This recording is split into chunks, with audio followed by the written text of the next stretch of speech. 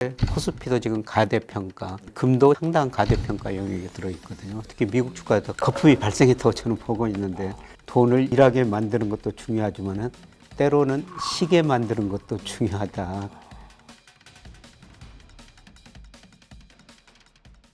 안녕하세요. 지식이 되고 돈이 되는 시간 부동산 클라스의 정준입니다. 자, 요즘 시장을 보면 중동 전쟁 같은 이런 지정학적 변수부터 금리 그리고 뭐 AI 변화부터 많은 요인들이 시장에 영향을 미치는 것 같습니다. 그래서 이런 시장 흐름을 어떻게 지켜봐야 될지 그리고 투자자들은 어떤 기준으로 대응해야 될지 오늘 김영익 교수님을 모시고요. 한번 이야기 나눠보겠습니다. 어서 오세요. 예. 아유. 시간 내주셔서 감사합니다. 불러주셔서 고맙습니다. 그나저나 이번에도 또 책을 써주셨어요. AI 버블이 만드는 부채의 종말이라는 책. 예, 좀 제목이 좀 너무 그렇죠. 제목이 뭔가 큰일 날 것 같은 느낌이 좀 드는데요. 사실 제가 미국의 그 버블의 역사를 작년 말부터 계속 공부했었어요. 근데 미국 버블이 1930년대 있었고, 그 다음에 2000년 IT 거품이 있었고, 2008년 금융위기를 겪었었죠. 버블의 역사를 공부하다 보니까 지금도 비슷한 상황이 많이 나타나고 있어요. 과거에 보면은 기술은 남아 있어가지고 뭐 우리 경제나 사회에 큰 변화를 일으켰죠. 그런데 마지막에 들어간 자본은 대규모 파괴가 됐거든요. 이번에도 그 가능성이 있어 보인다. 그래서 저는 늘 그 주장이 돈을 일하게 만들어야 된다. 주식 투자, 채권 투자, 부동산 투자. 일하게 만드는 것도 중요하지만은 때로는 쉬게 만드는 것도 중요하다. 그런 생각에서 이 책을 한번 써봤습니다. 그렇군요. 이게 그런 책이군요. 한번 꼭 읽어봐야 되겠다는 생각이 좀 드는데요. 시간 나실 때 한번 읽어보시고요. 자, 요즘 미국 이란 전쟁 때문에 시장도 굉장히 혼란스럽잖아요. 전반적인 지금 현재 경제 상황은 어떤가요? 현재까지 세계 경제는 그렇게 나쁜 상황이 아니에요. 그런데 세계 경제가 좋고 인플레 문제가 조금 드러날 수가 있거든요. 그런데 미국과 이란 전쟁으로 유가가 올라 버렸지 않습니까? 유가가 오르면은 생산 비용이 올라가니까 물가가 오르게 되죠. 그다음에 시차를 두고 경제 성장률이 낮아져요. 대표적으로 지난주에 IMF가 분기별로 경제 전망하는데 세계 경제 성장률을 지난 1월에 3.3%로 예상했는데 이번에 그 3.1%로 0.2%포인트를 낮췄습니다. 이번 전쟁은 다른 전쟁이랑 조금 다를 거다. 이런 시각도 있고요. 교수님이 이 책에서도 호르무즈 해협이 이제 현대 패권의 시험대가 될 것이다. 이런 말씀도 해주셨는데요. 한번 어떤 말씀인지 좀 더. 제가 호르무즈 해협이 그 패권의 문제다. 이런 말씀을 드렸습니다만은 옛날에 그 2차 대전 이후에 영국과 프랑스가 수에즈 운하를 자기들이 통제하려고 그랬거든요. 그런데 그때 미국이 막았어요. 그러면서 세계 그 패권, 기축 통화가 영국에서 미국으로 돌아오거든요. 이런 의미에서 수에즈 운하가 중요했던 것처럼 호르무즈 해협 지금 미국이 통제하려고 그러거든요. 그런데 미국이 통제하기가 좀 힘들어 보이고요. 이란도 저항하고 있지만은 요새 미국이 우방국들한테 너네들한테 그동안 돈 많이 써고 도와줬는데 특히 우리나라도 굉장히 많이 도와줬지 않습니까? 미국이 이렇게 전쟁을 하고 있고 어려운 상황이거든요.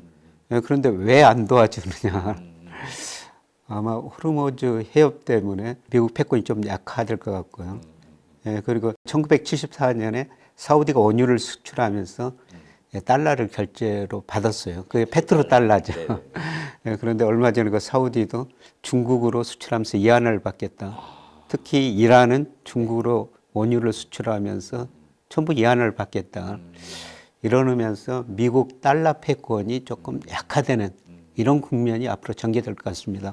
물론 달러는 기축통화로 그대로 남아있을 텐데요. 그 역할이 상대적으로 축소되고 아마 세계 무역거래에서 이안화 거래가 조금씩 늘어나는 이런 국면일 것 같습니다. 그래서 한간에는 이번 이란 미국 전쟁이 가장 수혜가 중국이다라는 말이 이런 뜻 때문에 그런 건가요? 어제도 한 외신을 보니까 제목이 이렇더라고요. 싸움은 미국이 하고 이익은 중국이 본다. 네, 여러 가지 이유가 있습니다만은 에너지가 구조적으로 변한 것 같아요. 세계 에너지원이 가장 중요한 에너지 석유지 않습니까? 그런데 유가가 이렇게 오르고 불안하니까 다른 에너지원을 찾거든요. 네, 그래서 그게 신재생 에너지고 태양광 같은 거죠. 그런데 태양광 패널 같은 거는 저 세계 생산량의 80%가 중국에서 생산하고 있어요. 네, 그래서 유럽 국가들이 요새 그 미국 눈치 보면서 유럽 정상들이 중국을 가고 있거든요. 예, 그래서 이런 의미에서 미국은 전쟁하고 사실 재정 적자 엄청난 돈을 쓰고 있죠. 예, 그런데 유가가 오르니까 러시아가 도움을 받고 있고, 그 다음에 이하나 결제가 늘어나면서 오히려 중국이 이익을 보고 있는 그런 생각이 듭니다. 지금 미국 경제는 생각보다 그래도 잘 방어하고 있다. 뭐 이런 이야기들도 들리더라고요. 미국 경제 지금 어떤 상황인가요? 현재까지는 괜찮은 상황입니다. 예, 그러나 여러 가지 그 침체 조짐이 나타나고 있거든요. 예, 크게 보면 세 가지예요. 예, 우선 장단기 금리차가 역전됐을 때 과거에 애 없이 미국 경제 침체에 빠졌었거든요. 예, 그런데 이번에 그 장단기 금리차가 역전됐는데도 아직 침체가 안 왔습니다. 예, 그런데 저는 이번에도 다르지 않다고 보고 있고요. 예, 그리고 과거 그 12개월 이동평균 실업률이 올라가면 애 없이 경기 침체가 왔었어요. 예, 그런데 12개월 이동평균 실업률이 올라가고 있고요. 근데 가장 중요한 거는 미국 소비죠. 미국 GDP에서 소비가 차지하는 비중이 69%나 돼요. 아직까지 소비가 유지되고 있는데요. 예, 그런데 제가 지난해 그 미국을 2번 다녀왔습니다만은 미국 사람들이 힘들어 하더라고요. 아, 그 물가 많이 올라가요. 물가가 올랐고 예, 비용이 많이 든다는 거죠. 또 미국이 전체가 GDP는 성장했지만 소득 차별화 때문에 중간 가구 실질 소득은 별로 안 늘었어요. 이 사람들이 소비를 해야 되는데요. 예, 그리고 최근에 저 미시간 대학에서 그 소비자 심리 지수라는 걸 발표하거든요. 예, 그런데 역사상 최저치로 나왔어요. 예, 그리고 기대 인플레이션은 4.8%로 높게 나왔거든요. 그래서 미국 소비자들이 체감하는 거는 앞으로 소비를 줄이겠다. 인플레이션은 올라갈 것이다. 이런 상황에서 아까 말씀드린 AI 거품이 저는 올 하반기 빠르면 문제가 드러날 수 있고요. 아마 내년 상반기에는 미국 경제가 심각한 침체에 빠지지 않을까. 예, 그렇게 생각하고 있습니다.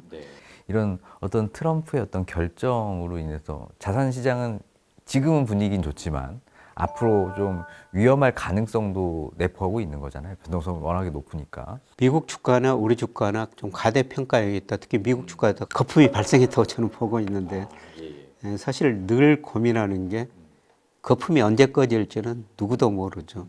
2001년에 2000년에 미국에서 IT 거품이 붕괴되고요. 그때 오런 버핏 버크셔셔이죠. 이런 이야기가 있더라고요. 무도회장 시기에는 초침이 없다. 우리가 초침까지 맞출 수는 없는 것이죠. 그래서 이런 의미에서 좀 제가 좀 미리서 좀 경고를 하는 건데요. 예, 사실 가장 좋은 투자 방법은 머리를 지나고 오른쪽 어깨에서 파는 게 제일 중요한 겁니다. 네네. 그러니까 끝을 한번 보고서 시장이 전환될 때 이제 파는 건데 그게 어렵다는 거죠. 그렇죠. 여기 오면 또 머리를 생각나거든요.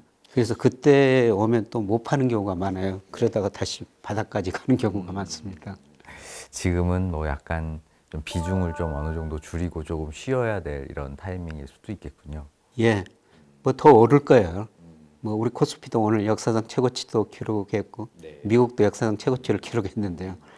여기서 조금 더 오를 것 같습니다. 예, 그러나 오르면 오를수록 예, 저는 주식 비중을 조금씩 줄여가시는 게 좋지 않을까 그렇게 생각합니다. 그럼 주식 비중을 좀 줄이고 그 비중을 뭐 채권으로 가나요? 아니면 뭐 현금으로 보유하나요? 달러로 가지고 있나요? 작년에는 제가 우리 코스피가 저평가됐기 때문에 돈을 코스피에다가 일을 많이 시켜야 됩니다. 이런 말씀을 드렸었어요. 예, 그리고 금도 한 10% 보유하셔야 됩니다. 예, 그런데 코스피도 지금 가대평가, 예, 금도 제가 보면은 상당한 가대평가 영역에 들어있거든요. 사실 전쟁이 일어나면 금값 오를 거로 기대했는데 금값이 오히려 떨어졌지 않습니까? 예, 금값을 결정하는 미뭐 달러 인덱스, 물가, 통화량 이런 것 볼 때 금값이 상당히 가대평가됐어요. 예, 그래서 올해는 코스피나 금에 들어갔던 돈들을 거기서 일하는 돈을 좀 쉬게 만들어야 된다. 그 돈을 은행 예금, 뭐 은행 예금 지금 2.5%에서 3%, 네네. 우리 지금 KB는 얼마나 주는지 모르겠습니다만 아마 대부분 거기 사이에요. 그리고 그것뿐만 아니라 저는 채권 투자하라고 권유 드려요. 채권 단기채로 사야 되나요? 중기채? 주가가 제가 좀 뭐 비중 줄이라고 말씀을 드렸습니다. 우리 코스피 보면은 2년 연속 떨어지는 해는 없습니다. 장기적으로만 1년 정도 쉬었다가 또 오르거든요. 근데 코스피가 앞으로 한 1년 정도 저는 쉬는 기간이라고 생각해요. 그래서 만기가 1년 정도 남은 채권에 투자하시면은 은행 이자보다는 조금 더 높은 수익을 얻을 수가 있거든요. 그런데 채권 사실 때는 미국보다는 우리 채권을 사십시오 이런 말씀을 드렸습니다만은 미국 잠재 성장률은 현재 2% 안팎이고요. 우리는 1.8%예요. 미국 소비자 물가 3%인데 우리나라는 2% 초반이거든요.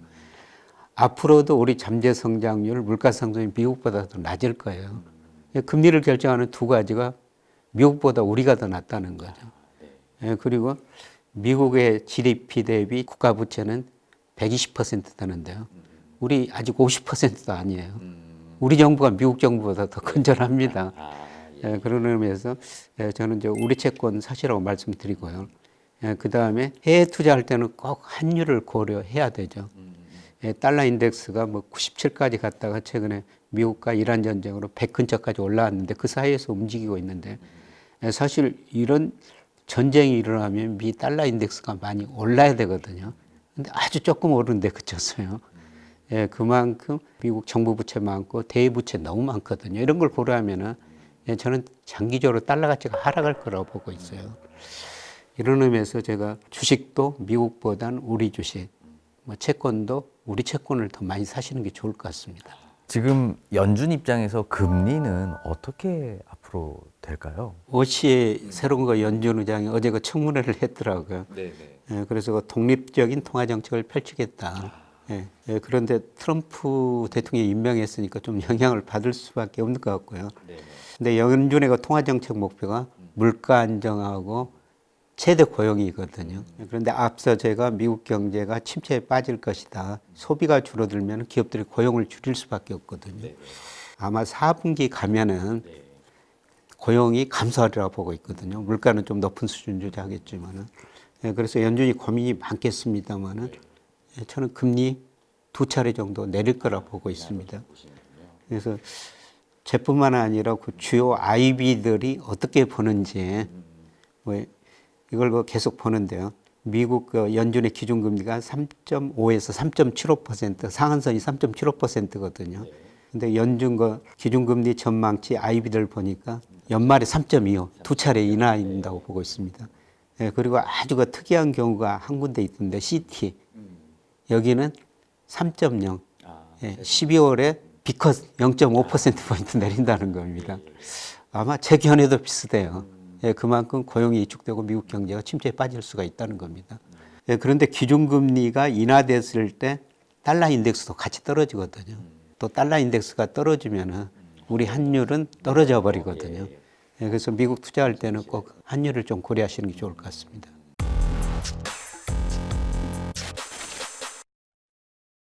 자, 그럼 그 중간의 과정에서 AI 버블까지 만나게 되면 이제 조금 더 심각한 상황으로 가신다고 서두에 좀 말씀해 주셨는데 AI 붕괴에 대한 어떤 세 가지 시나리오를 좀 가지고 계신다면서요? 제가 과거 역사를 그 분석해 보니까요. 1929년에 뭐 자동차 전기가 있었죠. 그래서 전기가 우리 밤을 없애줬고요. 24시간 일하게 만들어줬죠. 그리고 자동차가 거리를 단축해 줬었습니다. 정말 경제 사회에 중요한 영향을 미쳤었죠. 그런데 투자자들이 그걸 너무 믿고요. 주식 투자를 너무 많이 했습니다. 그런데 1930년대에 들어가지고 거품이 붕괴되면서요. 다우지수가 90%나 하락합니다. 그 다음에 2000년에 IT 거품, 특히 인터넷이죠. 그게 우리 중요한 생활을 변화를 초래했고 지금도 우리가 인터넷 많이 사용하고 있지 않습니까? 그때도 그 주식시장의 낙관이 굉장히 지배적이면서 나스닥 지수가 폭등했어요.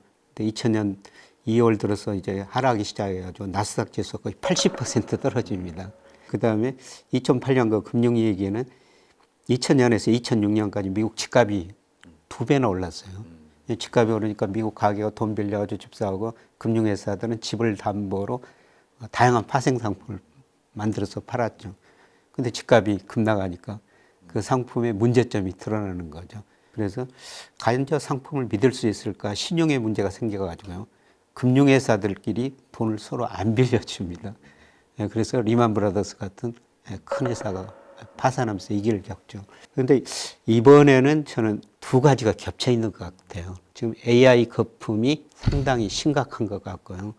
두 번째는 아까 이번에는 AI 기업들이 그 사모신용을 통해 가지고 자금을 조달했다고 말씀드렸습니다만은 지금 이익을 일부 기업들이 못 내니까 투자한 사람들이 돈을 찾아가려고 하는데 사모신용회사들이 돈을 안 대주거든요. 그래서 그 두 가지가 겹쳐져 있고요. 그 다음에 인플레, 유가 때문에 인플레가 오르면요.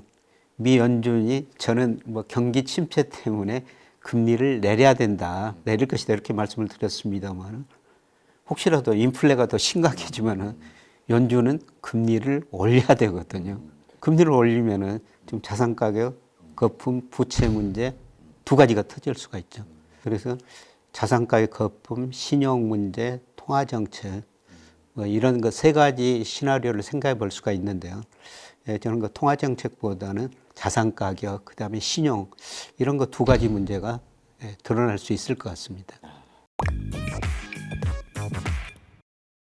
지금 한국 경제 어떤 상황인가요? 제가 가끔 강의하러 가다 보면 많은 분들이 경기는 별로 안 좋은데 왜 주가는 이렇게 많이 오릅니까? 이런 말씀을 하시거든요. 사실 우리 가계가 체감하는 경기, 기업이 체감하는 경기 그렇게 좋지 않습니다. 그런데 경제를 생각할 때 늘 그 구조적인 문제하고 단기 순환적인 이런 문제를 같이 생각하셔야 돼요. 사실 구조적으로 생각해 보면은 우리 경제 상당히 어렵습니다. 흔히들 그 잠재 성장률이라고 그러는데요. 노동 자본 생산성을 고려했을 때 우리 경제가 성장할 수 있는 능력을 잠재 성장률 이런 식으로 표현하는데요. 이게 1970년, 80년대 10% 안팎이었어요. 97년 외환위기를 겪으면 5%로 떨어졌고요. 현재 1.8%입니다. 우리 성장 능력이. 많이 내려갔네요. 그리고 한국은행이 최근에 그 전망을 했는데요. 이게 계속 내려가다가 2040년대 가면은 0%대 진입한다는 겁니다. 이게 우리 경제 구조적인 문제고요. 그래서 세계 경제 성장률이 평균 지금 3% 넘게 성장하고 있거든요. 우리 경제가 세계 평균보다 낮은 성장을 하고 있다는 겁니다.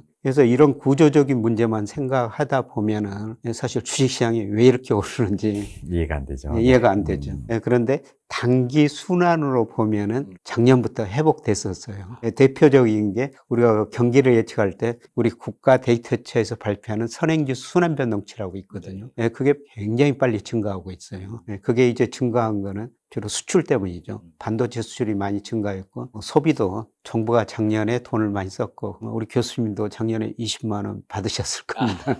올해는 못 받으실 텐데요. 용돈 받았다가 그런 식으로 소비가 증가하면서 경제가 회복됐었습니다. 그래서 구조적으로는 잠재 성장이 계속 하락하는데 중간중간 또 사이클이라는 게 있다는 겁니다. 그 사이클로 보면은 지금 회복 국면이죠. 그래서 이제 주가가 오르는 겁니다. 그래서 경제를 볼 때 늘 구조적인 문제하고 단기 순환적인 문제 같이 보셔야 될 것 같습니다. 구조적으로는 안 좋은데 단기 순환 사이클상 상승의 사이클이 지금 현재 작년부터 이렇게 상승이었군요. 그런데 이제 문제는 이 순환이 확장이 단기 순환이 언제까지 갈 것인가. 근데 제가 선행지수를 예측해 보니까요. 지난 3월에 정점을 쳤을 수도 있고 좀 이게 늦게 발표되거든요. 늦어도 5월 무렵에 정점일 것 같아요. 근데 우리 코스피하고 이게 거의 같은 방향으로 움직입니다. 그래서 선행지수 순환 변동치가 떨어질 때 코스피가 떨어질 때 같이 떨어졌거든요. 근데 무슨 지표를 봐야 되느냐. 근데 저는 대학에서 학생들 경제학 수업하면서 금리가 가장 중요하다. 금리만 알면 경제 공부 다 했다. 이런 말씀을 드리고 있는데요. 장단기 금리차라는 게 있거든요. 이게 정말 똑똑해요. 이게 선행지수에도 선행하고요. 코스피에도 약간 선행하거나 동행을 해요. 그런데 장단기 금리차가 10년하고 저는 1년 국제 수익률 차이가 죠 장단기 금리차로 말씀드립니다만은 지난 2월에 정점을 찍고 3월에 축소되고 있고요. 지금 4월 들어서도 축소폭이 더 커지고 있거든요. 장단기 금리차가 축소된다는 것은 앞으로 그 선행지수가 하락하고 선행지수가 하락하면 또 경기가 둔화될 수가 있다는 거죠. 그래서 이번 경기 확장 국면이 그렇게 길지는 않을 것 같아요. 조만간 이제 이 상승 국면이 끝날 것 같다. 끝났을 수도 있고. 그리고 경기를 볼 때 해밍웨이 모멘텀이라고 나오는데요. 해밍웨이 그 소설을 일부 보면 이런 이야기가 나오거든요. 파산인데 초기에는 서서히 어느 날 갑자기 이런 거 표현들이 나오거든요. 근데 경기 순환도 항상 확장 국면이 길고 수축 국면은 짧습니다. 그래서 과거 보면 경기 확장 국면이 평균 33개월이었고 수축 국면은 22개월이었거든요. 경기라는 게 좋아질 때는 오랫동안 서서히 좋아지다 나빠질 때는 빨리 나빠지는데요. 사실 주식시장도 그렇죠. 주식시장도 오를 때는 서서히 많이 오르다가 마지막 부분에서 급등을 하는데요. 근데 떨어질 때는 갑자기 빨리 떨어져 버려요. 그래서 저는 그 투자하시는 분들은 꼭 그 장단기 금리차를 보시면서 자산 배분을 해 주시는 게 정말 더 좋을 것 같습니다.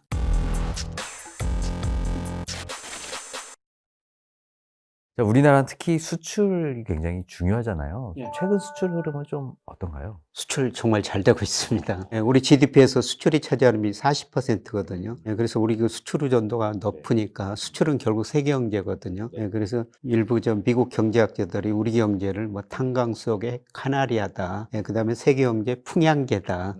한국 수출 보면은 세계 경제 흐름을 할 수가 있다는 거죠. 그런데 수출이 정말 잘 되고 있어요. 근데 수출 내용을 보면은 정말 양극화입니다. 쏠려 있는 거죠. 반도체만 잘 되고 있다고 보시면 되고 있어요. 반도체 수출이 우리 수출에서 차지하는 비중이 올 3월까지 보니까 35%예요.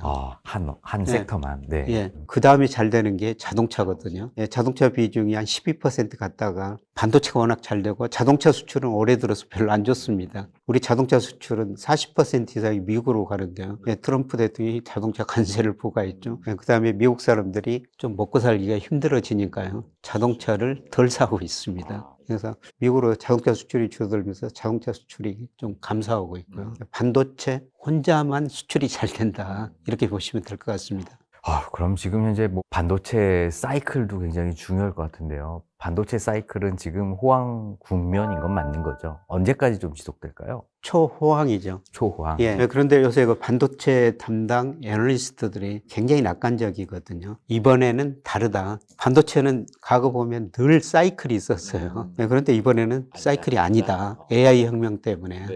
그런데 제가 보기에는 이번에도 다르지는 않을 것 같습니다. 반도체 수출이 아마 3, 4월이 전년 동월 대비 증가율로 보면은 거의 정점일 것 같아요. 그렇게 보는 거는 미국에서 올 하반기 늦어도 내년 상반기에 AI 거품이 붕괴될 거라는 거죠. 근데 사실 D램 같은 거, HBM 같은 거 절대적으로 부족하거든요. 그래서 반도체가 수요 업체들이 부족하니까 빨리 우리 달라 막 주문을 해놓은 거예요. 내년 주문까지 거의 절반이 됐다고 그러는데요. 그런데 내년과 상반기 가면은 일부가 반도체 회사들, SK 하이닉스, 삼성전자, 마이크론 이런 데가 생산 이제 캐파가 늘어나거든요. 그러면 수요자들이 이제 늘어나니까 주문을 조금 여유 있게 해도 되겠다. 이런 것들이 올 4분기에 나타날 것 같아요. 그리고 미국에서 AI 거품이 터지면 반도체 수요도 위축될 수밖에 없어.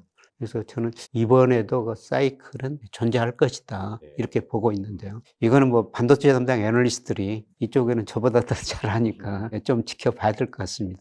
그러나 제가 이 책에서 과거 역사를 공부했다고 말씀드렸습니다만은 늘 그 이번에는 다르다 그랬는데요. 지나고 보면은 이번엔 다르지 않았습니다. 최근 부동산 시장에서는 이 SK 하이닉스 워낙에 성과급이 높다 보니까 이 수지나 경부축을 중심으로 이분들이 이제 집값을 많이 끌어올렸다라는 이런 이야기도 좀 있었거든요. 이 부동산 시장과의 어떤 연관관계도 좀 있을까요? 제가 뭐 이거는 교수님이 더 잘 하시겠습니다만 부동산 사이클하고 주가 사이클하고 한번 비교를 한번 해봤었어요. 그런데 사이클을 구해보면은 코스피가 아파트 가격에 선행합니다. 코스피가 오르면은 그 다음에 강남 아파트 가격이 오르고요. 그 다음에 전국 아파트 가격도 오르거든요. 앞으로 사이클이 어떤 식으로 변할지는 모르겠습니다만은 부동산 아파트 가격에 선행하는 게 주식 사이클이었다는 겁니다. 이런 사이클이 앞으로 변할지는 좀 지켜봐야 되겠는데요. 부동산 경기를 보려면은 주식 경기를 미리서 보시는 게 좋을 것 같습니다. 이 주식과 부동산 뭐 서로 상관관계가 높은 자산군이다 보니까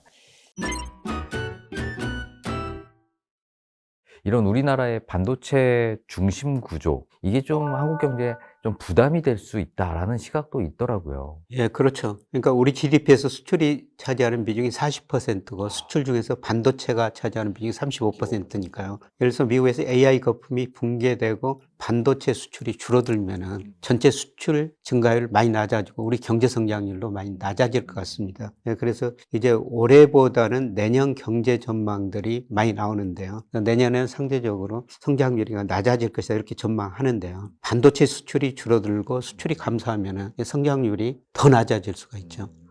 저기 반도체 사이클하고 한국 주식 시장 간의 관계는 좀 어떤가요? 굉장히 높죠. 근데 제가 그 선행지수를 보면서 그 주식 투자를 하자 이런 말씀을 드렸는데요. 우리가 선행지수가 올라갈 때는 경기가 좋아지는 거고요. 우리 경기가 좋아질 때는 거의 반도체 경기가 좋아졌기 때문입니다. 네, 그래서 선행지수가 저점을 치고 올라가면요. 그냥 무조건 반도체 주식 사시면 돼요. 그럼 종목별로 삼성전자 살 것인가, SK 하이닉스 살 것인가, 반도체 부품을 살 것인가 고민할 필요가 없이요. 그냥 반도체 ETF. 아, 반도체 ETF를 차라리. 예.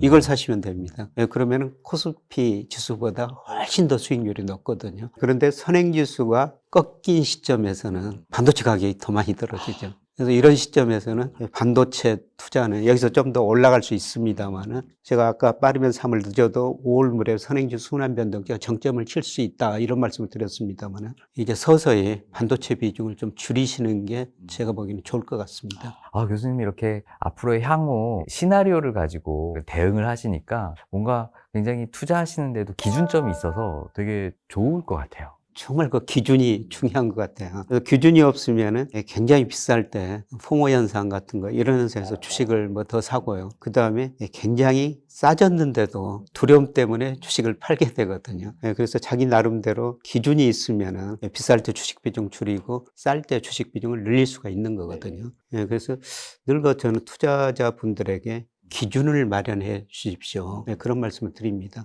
근데 이제 저 같은 경우는 기준을 뭐 장기적으로 명목 GDP 가지고 코스피가 가대평가, 혹은 가소평가됐느냐 이런 걸 평가하고요. 그다음에 월별로는 M2 한국에서 발표하는 거 강의통화라는 게 있죠. 그리고 우리 코스피하고 상관계수가 제일 높은 게 일평균 수출 금액이에요. 그래서 이런 기준을 설정하고 기준에서 2로 많이 벗어나면은 조금 리스크 관리를 하시는 게 좋을 것 같습니다. 밑으로 많이 벗어나면은 주식 비중을 적극적으로 늘려야 됩니다. 이런 말씀을 드리게 되죠.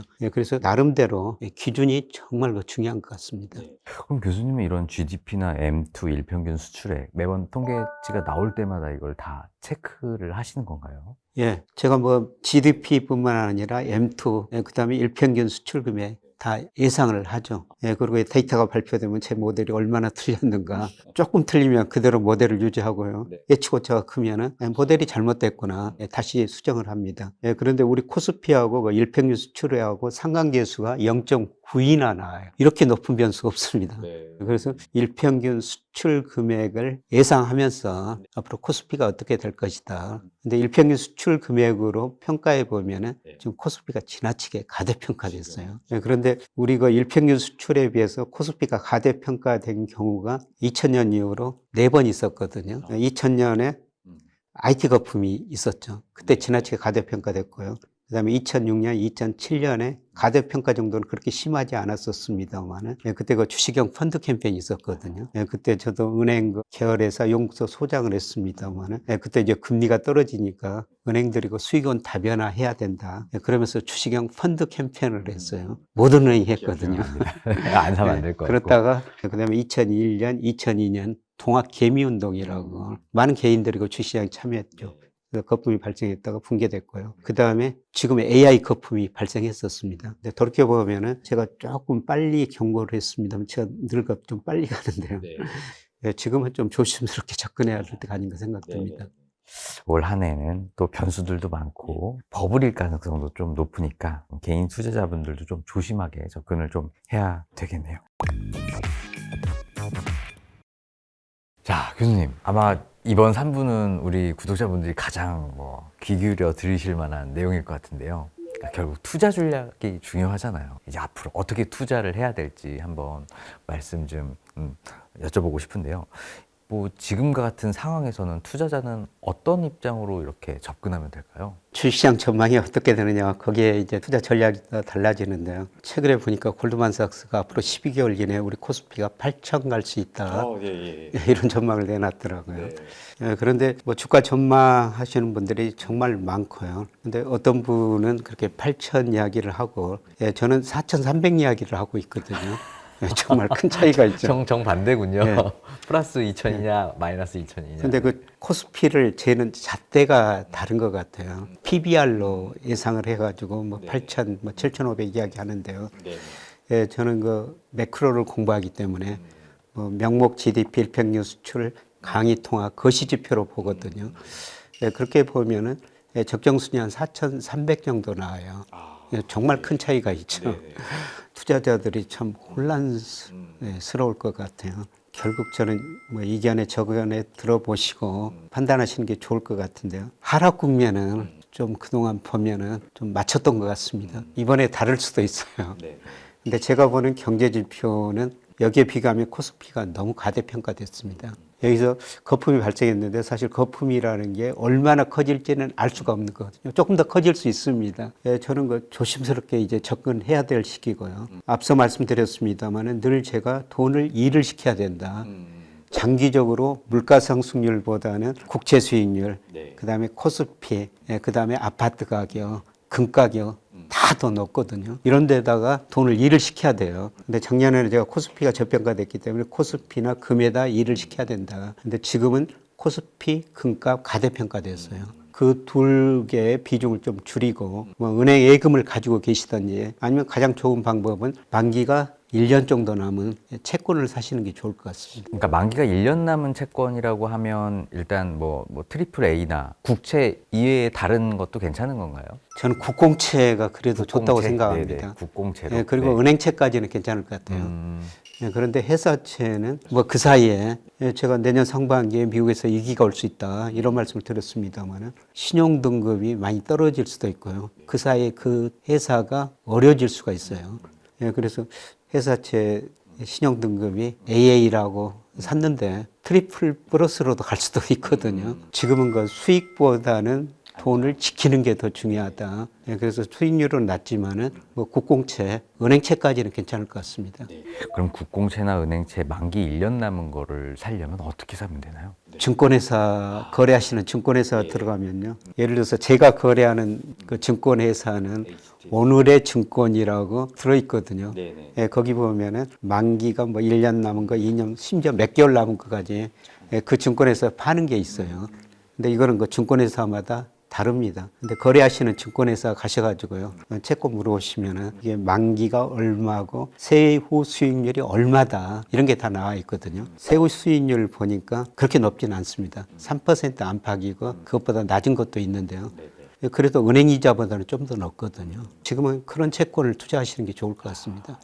그러니까 안정성을 위해서 현금 중심의 투자를 해야 되는데 한 3% 전후대로 일단 현금을 확보하는 전략이 지금으로선 제일 좋은 전략이군요. 예, 작년 말 보니까 버크셔 시어가 굉장히 많은 3,700억 달러를 현금으로 보유하고 있더라고요. 예, 그게 현금이 아니고요. 만기가 짧은 국채입니다. 그런 거 만기가 짧은 국채에 지금 투자하시고 뭐 제 상대로 틀릴 수도 있습니다만 저는 뭐 확률이 상당히 높다고 보는데요. 내년 상반기에 굉장히 어려운 시절 올이라고 보고 있거든요. 예, 그때 이제 만기가 되면 그 돈으로 주식 사시면 되죠. 줍줍 네. 라는 말씀이신 거죠. 아, 네. 이런 말씀을 해주시면 너무 좋은 것 같아요. 그러니까 사람들은 항상 오르는 게 계속 오를 것 같고 지금 안 하면 뭔가 나만 소외된 것 같고 그래서 지금이라도 조금씩 타는데 그러면 뭔가 그래도 당장에 뭐 5%, 10%, 20% 수익은 나는데 어느 순간 그냥 가만히 있다 보면 자산이 뚝 떨어져 있는 걸 발견하거든요. 주식 안 하던 사람들이 새로 많이 진입을 했고요. 예, 그다음에 많은 개인 투자자들이 지금 주식을 안 가지고 있으면 너무 불안하다. 예, 그리고 주식 샀는데도 떨어져도 마음이 편하다는 겁니다. 안 가지고 있는 것보다는요. 이런 거 제가 보기에 주가 지수가 거의 정점 무렵에 나타나는 현상인 것 같아요. 자, 교수님께서 책에서 뭐 실질금리를 기준으로 투자 환경을 몇 구간으로 이렇게 나눠서 설명을 해주셨더라고요. 한번 거기에 대해서 한번. 예, 자산가에 영향을 주는 게 명목금리보다는 실질금리가 더 중요한 것 같아요. 그래서 실질금리라는 것은 예를 들어서 미국 거는 10년 국제에서 뭐 소비자 물가 상승률을 뺀 거, 우리도 보통 10년 국제 수익률에서 뭐 은행 예금금리 좋고 물가 상승을 뺀 게 실질금리라고 그러거든요. 그런데 실질금리가 올라갈 때는 자산 가격이 떨어져요. 그래서 지금 뭐 실질금리는 안정 추세를 저는 보이고 있습니다만은 혹시라도 뭐 실질금리가 오를 수가 있거든요. 이럴 때는 부동산 가격도 그렇고 특히 주가 많이 떨어지죠. 주식 비중을 좀 줄여야 되고요. 그다음에 실질금리가 안정적으로 유지하면은 거품이 발생이 또 많이 꺼지지는 않을 거예요. 그리고 실질금리가 오히려 하락하면은 거품 상태가 더 유지가 될 수가 있어요. 명목금리보다는 실질금리를 보시는 게 더 중요한 것 같습니다. 그래서 실질금리를 현재 뭐 10년물에서 뭐 CPI를 뺀 그 상황을 쫙 봐서 0을 기점으로 플러스 마이너스 뭐 이렇게 구간을 나눠서 살펴보면 아니 방향을요. 방향 예. 올라가는 그러니까 미국도 그렇지만 우리도 그렇지만은 S&P 500하고 미국의 10년 국제 수익률 뭐 상관계수가 그렇게 높지는 않습니다. 예, 그러나 S&P 500하고 미국의 그 실질금리 10년 국제 수익률 소비자 물가 상승률 뺀 거 이거는 상관계수가 0.6 정도 된 거거든요. 꽤 높아요. 실질금리가 하락할 때는 S&P 500이 떨어졌다는 겁니다. 그래서 물가도 보고 명목금리도 보고 좀 더 복잡한 세계입니다만 실질금리를 보시는 게 더 중요합니다. 자, 그럼 지금 실질금리는 우리나라 같은 경우는 어느 구간에 있는 건가요? 앞으로 조금 실질금리가 높아질 가능성이 좀 있는 건가요? 예, 좀 높아질 가능성은 있는 것 같아요. 물가하고 명목금리가 어느 게 더 오르느냐, 그게 문제입니다만은 실질금리가 특히 미국은 많이 떨어지지는 않을 것 같습니다. 자, 결국에는 우리가 투자에서 얘기할 때는 자산 배분이 매우 중요한 거잖아요. 지금 현재 상황에서 자산 배분, 현금의 비중을 조금 높여놔라 이렇게 말씀하셨는데 비중을 한 어느 정도로 지금 가져가는 게 좋을까요? 예, 제가 뭐 보통의 경우라면 작년 같은 경우는요, 주식 비중 60% 크게요, 채권 비중 한 30%.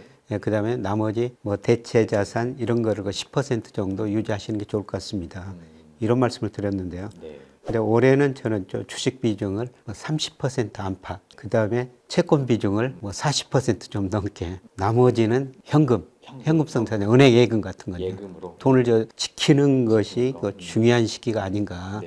이런 의미에서 올해는 주식 비중은 좀 축소하시는 게 좋을 것 같고요. 상대적으로 채권 비중, 현금도 은행 예금이 있을 수도 있고 또 MMF 같은 자금도 있을 수가 있거든요.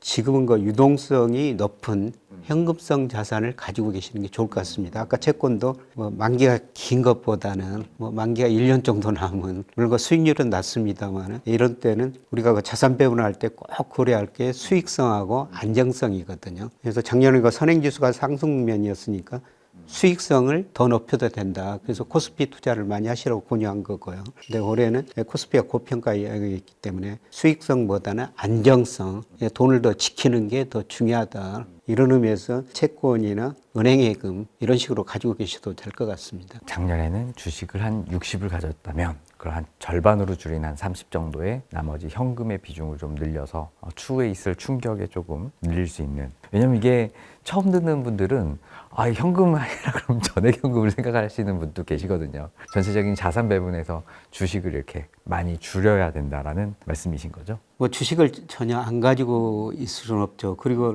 뭐 주가 지수가 떨어지면 사실 모든 업종 주가 지수가 다 같이 떨어져요.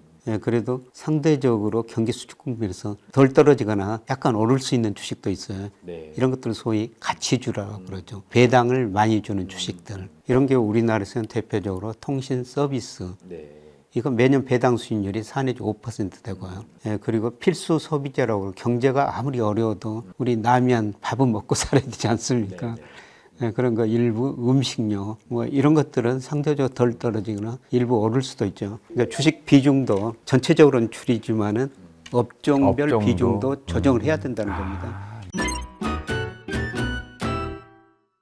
금 이야기도 또 안 여쭤볼 수가 없어요. 프랑스에서 금을 뭐 대거 처분했다, 뭐 미국과의 관계 때문에 그렇다라는 이야기도 있는데 또 겉으로 나타나기에는 그런 이야기가 좀 없고요. 금 가격은 최근에 좀 많은 조정을 좀 받았는데 앞으로 금 가격은 어떤 방향으로 조금 우리가 생각하면 될까요? 우선 우리가 투자할 때 뭐 장기, 단기 고려해야 되는데요. 저는 장기적으로 금값 계속 오르리라고 생각하고 있습니다. 네. 그런데 단기적으로는 금값이 가대평가됐다고 보고 있어요. 너무 많이 올라서. 금값을 결정하는 게 달러 인덱스고 뭐 소비자 물가고 그다음에 금리 이런 것들이거든요. 근데 작년 말부터 제가 그런 경제 변수로 평가해 보니까 금이 한 60% 정도 가대평가됐어요. 그래서 늘 제가 금을 한 10% 정도는 보유하고 계셔야 됩니다. 그렇게 말씀을 드렸습니다만은 뭐 작년 말, 올 연초부터는 10% 가지고 계신 분은 한 5% 정도로 줄이셔도 될 것 같습니다. 가대평가 영역에 들어섰고요. 그런데 과거 보면 어떤 때는 S&P 500이 오른 때 금값은 떨어졌고요. 금값이 오를 때 또 S&P 500은 떨어진 경우도 있었어요. 근데 최근 한 4, 5년 정도는 금하고 S&P 500이 같이 올랐어요. 그런데 둘 다 가대평가됐죠. 저는 이제 금값이 먼저 떨어지고 S&P 500도 조만간 떨어지리라고 보는데요. 다시 오를 때 누가 먼저 오르느냐. 저는 금이 먼저 오르리라고 보고 있어요. 미국 물가는 제가 보기에는 상당히 좀 불안한 것 같습니다. 인플레 헤지 수단으로 가장 대표적인 게 금이거든요. 전 세계 그 중앙은행들이 계속 미 국채를 줄이고 금 보유량을 특히 중국이 늘리고 있어요. 이런 측면에서 금값 떨어졌다가 아직은 저는 사라고 권유하고 싶지 않은데요. 뭐 향후 6개월 동안은 좀 조정 국면이라고 보고 있어요. 그런데 다시가 자산 가격이 오를 때 S&P 500보다는 금이 더 먼저 오르리라고 보고 있습니다. 최근에 뭐 자산 가격이 많이 올랐다가 비트코인이 먼저 떨어졌죠. 그 다음에 금, 은 가격 떨어졌죠. 그 다음에 지금 주가 지수가 거의 정점 몰입에 와 있다고 보는데요. 다 같이 지금은 돈 벌기가 굉장히 힘든 국면이다. 그래서 돈을 잘 지키시는 게 중요하다. 그런데 늘 금 투자할 때는 조심스럽게 우리가 접근해야 될 게 뭐 주가 지수가 떨어지더라도 주식 가지고 있으면 배당금이라는 게 나오거든요. 뭐 저도 그 미국 주식도 좀 하고 있습니다만 뭐 배당금이 자주 나와요. 근데 이 금이라는 거는 배당도 없고 채권의 그 투자의 장점인 이자도 없거든요. 금 가격이 떨어지면은 이거는 배당도 이자도 없고 오히려 그 손실만 확대될 수가 있는 것이죠. 근데 지금이 그런 국면인 것 같아요. 이게 금이 한번 내리기 시작하면 정말 긴 시간 동안 이렇게 조정을 받긴 하더라고요. 그래도 이제 잠깐의 일시 조정이고 장기적으로 봤을 때는 금은 올라간다라는 말씀이시죠? 자, 우리가 뭐 투자할 때 원화 변동성도 생각을 좀 해봐야 될 것 같은데 환율 지금 뭐 1,500까지 올라가다가 지금 1,400 중후반대에 있잖아요. 환율은 앞으로 한 얼마 정도 때가 적정한 거라고 보세요? 뭐 현재 기준으로 보면은 1,280원 정도가 우리나라 적정한 환율이라고 보고 있어요. 우리나라 환율을 결정한 게 미 달러 인덱스, 이안 달러, 엔 달러, 한미 금리차 경상수지 이런 것들이거든요. 근데 지난 3월 말 기준으로 제가 추정해 보니까 이런 경제 변수를 보니까 1,280원 정도가 적정 수준이 나옵니다. 근데 제가 당장 1,280원 간다는 게 아니고요. 우리 환율 변동이 굉장히 심합니다. 근데 2008년 미국에서 위기가 오고 2009년 세계 경제가 침체에 빠졌는데요. 그때 우리 환율이 1,590원까지 올라갔어요. 남의 나라에서 위기가 왔는데 우리 환율이 우리 그 수출 의존도 그만큼 높다는 거죠. 근데 이게 4 내지 5년 이 정도 지나니까 1,030원까지 떨어지더라고요. 1,590원에서 1,030원까지. 최근에 그 1,500원이 좀 넘었습니다만은 저는 시간의 문제라고 생각하지 앞으로 3, 4년 지나면은 1,200원대 후반 뭐 이 정도 가리라고 보고 있습니다. 지금 뭐 1,500, 1,400 후반대에서 너무 장시간 있다 보니까 이게 그냥 뉴노멀인가 싶기도 하고요. 수출업체한테는 좋은 거죠? 수출업체한테는 굉장히 좋죠. 지금 뭐 삼성전자 이익이 많이 늘어난 것 중 반도체 가격이 올라서 그러지만 환율 탓도 있거든요. 수출업체들한테는 굉장히 좋죠. 반면에 내수업체, 수입업체는 굉장히 좀 힘들죠. 거기다 원자재 가격도 요새 올랐지, 환율도 올랐지. 지난 그 3월에 수입 물가가 전년 동기 대비 16%나 올랐더라고요. 기업 입장에서 보면은 생산 비용이 그만큼 올라가게 되는 것이죠. 그러면 기업 이익이 줄어들 수밖에 없는 거죠. 참 원화도 그렇고 금도 그렇고 지금 뭐 쉬운 게 없는 것 같아요. 기준을 잡기도 좀 쉽지가 않고. 자, 이제 마지막으로 이렇게 변동성이 큰 시장에서 투자자들에게 좀 꼭 해주시고 싶은 좋은 말씀 있으면 한번 부탁드리겠습니다. 처음에 말씀드렸습니다만은 돈을 늘 일을 시켜야 된다. 뭐 현역에 있을 때도 월급 받는 거 그 돈 일 잘 시켜야 되거든요. 특히 은퇴 후에는 돈을 일을 시키는 게 굉장히 중요한 것 같습니다. 예, 그런데 중요한 거는 늘 그 시기라는 게 있죠. 예, 그 시기에 따라 가지고 채권, 주식, 뭐 금 이런 자산 배분을 잘 하셔야 된다는 겁니다. 근데 그 시기를 볼 때 가장 중요하게 보는 게 선행지수 순환변동치거든요. 예, 선행지수 순환변동치 올라가면은 그냥 주식 비중 가감이 늘리고 특히 반도체 비중을 많이 늘리면 되고요.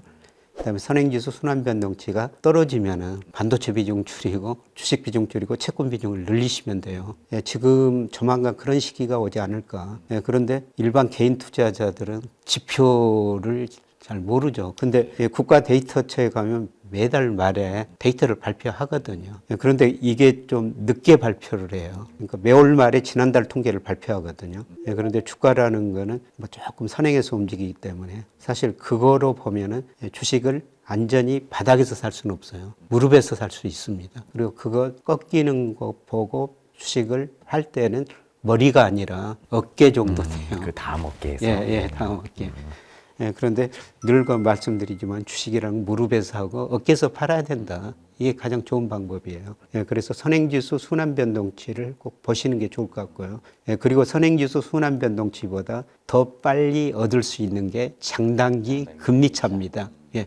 이거는 금리라는 게 매일매일 볼 수가 있거든요. 예, 그래서 보통 10년하고 1년 국채 수익률 차이가 확대되면은 앞으로 경기 좋아진다. 이게 축소되면은 경기 나빠진다. 예, 그걸 보시고 자산 배분을 하시면 좋을 것 같은데요. 예, 그런데 지금 장단기 금리차가 축소되고 있고 머지않아 선행지수 떨어질 거라는 겁니다. 그래서 이런 시기에는 돈을 그동안 작년에 그 주식에 열심히 일을 시키셨다면은 올해는 좀 돈을 쉬게 만드시는 게 돈이 쉬는 곳이 은행 예금일 수도 있고요. 그런데 그 더 좋은 거는 뭐 만기가 짧은 채권이 아닌가 그렇게 생각합니다. 안전한 채권. 그래서 네.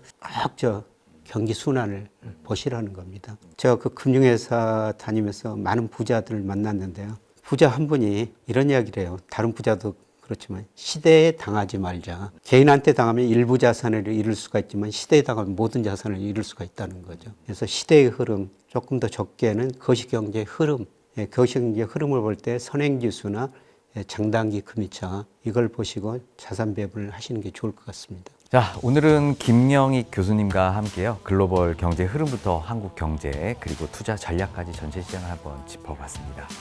오늘 영상이 좋으셨다면 구독, 좋아요, 알림 설정 부탁드리고요. 지식이 되고 돈이 되는 부동산 클래스는 다음에도 좋은 영상으로 찾아뵙겠습니다. 오늘 시간 내주셔서 감사합니다. 고맙습니다.